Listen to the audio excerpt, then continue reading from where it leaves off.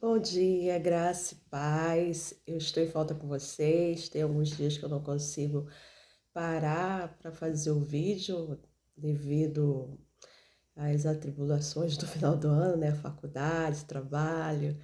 E eu não tenho conseguido nem um minutinho ter acordado mais cedo ainda, mas mesmo assim eu não consegui nem um minutinho para parar e estar filmando. Mas eu vim pensando e eu gosto muito das coisas muito bem sistemáticas, né? Eu gosto de uma organização. E eu pensei na noite de ontem de eu estar fazendo uma série de estudos devocionais, né? Pequenininho da mesma forma, mas escolhendo um livro ou um tema para a gente estar trabalhando. Então, hoje eu começo minha série de devocionais do livro de Ruth. Ruth é um livro que está inserido na época dos juízes, né? E ele conta a história de uma família, ele conta a história de amor, ele conta a história de como Deus cuida dos seus, como Deus zela, como Deus protege. E quando fala em conta uma história de uma família, nós vemos todo o contexto de problema familiar.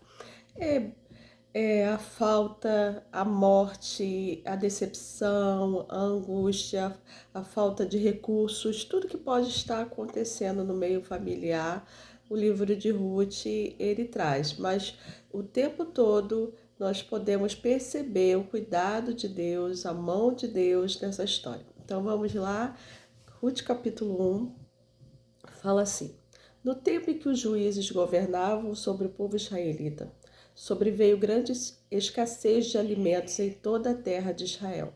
Por esse motivo, um homem de Belém, cidade da região de Judá, partiu com sua esposa e seus 2 filhos a fim de morar, ao menos por algum tempo, na terra de Moabe. Esse homem se chamava Elimeleque, sua mulher Noemi e seus 2 filhos, Malom e Quilion. Eram efrateus de Belém de Judá. Chegando ao campo de Moabe, ali se estabeleceram. Algum tempo se passou e Elimeleque veio a falecer, e Noemi ficou apenas na companhia de seus filhos solteiros. Logo depois se casaram, e suas esposas eram jovens moabitas, uma chamada Orfa e a outra Ruth, e permaneceram nessas terras por uns 10 anos. E aconteceu que Malom e Quilion também morreram, e Noemi ficou só, sem os filhos e viúva. A introdução desse livro conta por que todos os problemas aconteceram dentro dessa família. Primeiro, que eles moravam na casa do pão, porque Belém significa casa de alimento, casa do pão. E a casa do pão faltou o alimento, justamente no lugar que não poderia jamais faltar alimento por causa do nome, né? Casa do pão. Veio faltar esse alimento.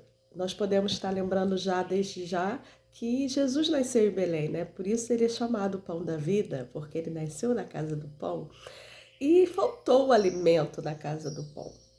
E como eu disse, é um livro que fala de família. Então, quantas vezes no meio familiar, no meio da nossa casa, nós passamos por situações difíceis financeiras?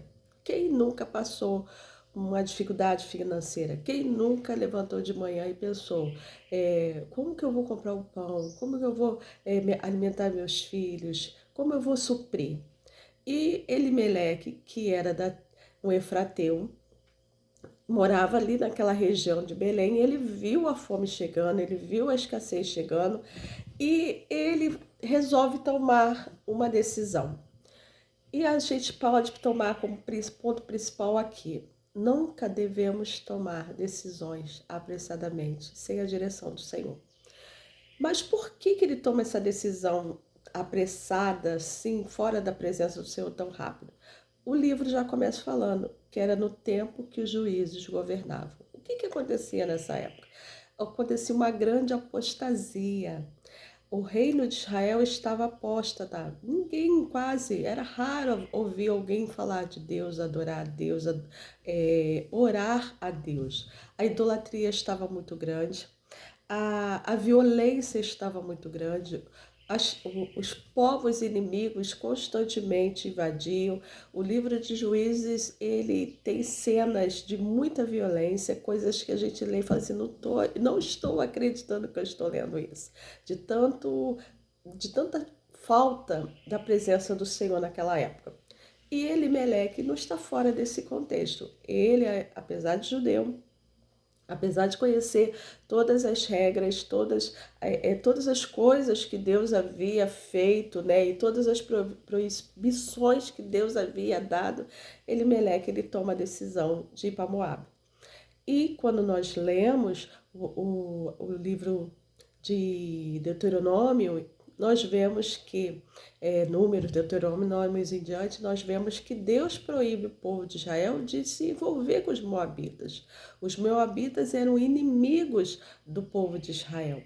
Lá jamais poderia haver a bênção do Senhor, porque era uma terra amaldiçoada. Os moabitas eram descendentes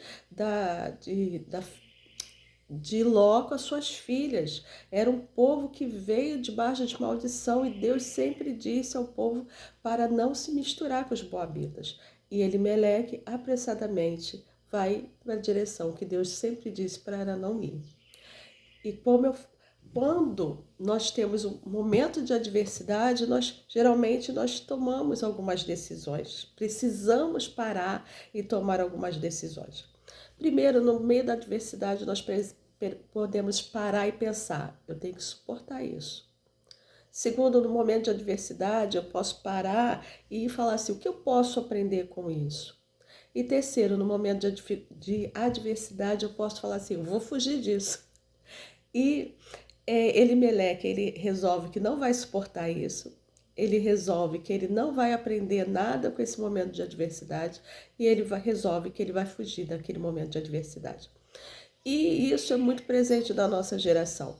Nós temos uma geração de pessoas que preferem fugir dos problemas ao invés de aprender com os problemas, suportar os problemas. No momento, primeiro problema que tem no casamento, as pessoas já pensam assim, vou me divorciar, vou se largar, vou fugir. E na hora, no primeiro momento que está situações financeiras difíceis, já pensam, vou fazer um empréstimo, né? E empréstimo a gente sabe que é um poço sem fundo, você pega 1.000 e paga 3.000. Então, são decisões erradas que tomamos na vida. E Elimeleque, ele toma uma dessas decisões apressadas, prefere não perguntar a Deus, prefere não parar e orar, ele prefere não meditar na palavra do Senhor, ele toma atitude segundo o seu bel prazer, como muitas vezes nós tomamos e achamos que Deus não vai trazer a solução para a nossa vida. E é o primeiro e forte ponto que nós tomamos, as decisões erradas que nós tomamos, elas podem trazer consequências grandes para toda a nossa família. O texto diz que Elimeleque saiu da casa do pão e foi para Moabe, e lá ele encontrou a morte. Não a morte só para si, mas a morte para toda sua família praticamente.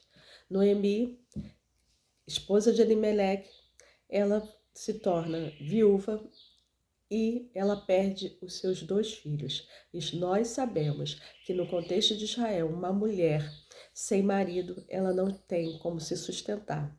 Que nós vemos esse contexto lá no Novo Testamento, com a viúva de Naim, que Jesus encontra com ela, né?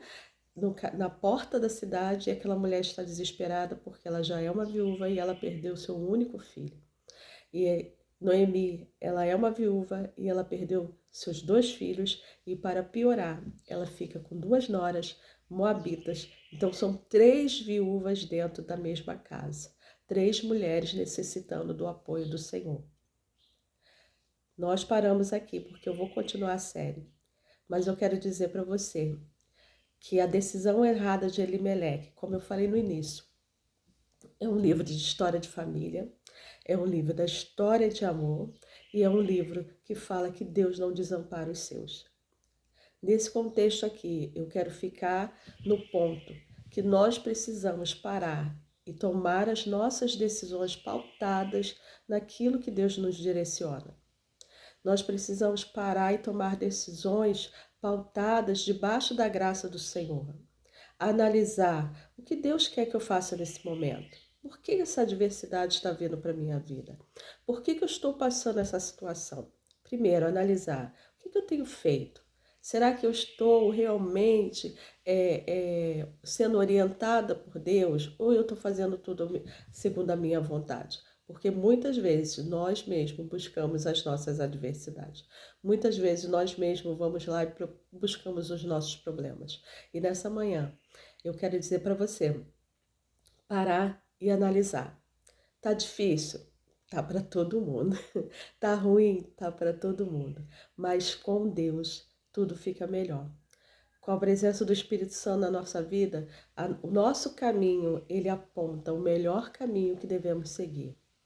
E primeiro, eu quero que, por fim, né? Primeiro, por fim, eu quero que você pare. Não tome decisões como Elimeleque, decisões apressadas, decisões porque estamos olhando as adversidades. E ficar olhando, focando na adversidade, não é a solução, não é o melhor caminho. Nós vamos ver até o final dessa série como Deus tratou a vida de Noemi e das noras, como Deus tratou a vida dessa família, como Deus cuidou, como Deus nos desamparou. Porque mesmo quando nós tomamos decisões erradas, as consequências vêm, mas o cuidado e a mão de Deus também vem. Nós vamos acompanhar o deserto da vida de Noemi e de Ruth daqui para frente. Mas eu quero que você pare nesse dia e pense, será que eu estou sendo Elimeleque? Quem sou eu nessa família? Será que eu sou Noemi? Que eu estou seguindo o conselho de alguém e que me leva a problemas? Ou será que sou o Elimeleque que está tomando decisões erradas? Que possamos parar e meditar. Quem sou eu nessa história? Amém? Nessa manhã, o Espírito Santo de Deus, venho te agradecer por essa série de estudos que o Senhor tem colocado no meu coração. Que possamos aprender muito mais do teu caminho, da tua vontade para a nossa vida. Ilumina-nos, Espírito Santo de Deus, para que não possamos ser Elimeleque, tomar decisões erradas. Também, Senhor, nos guarda e nos protege dos Elimeleque da vida, que tomam decisões erradas e muitas vezes, Senhor, temos que suportar as decisões e as consequências.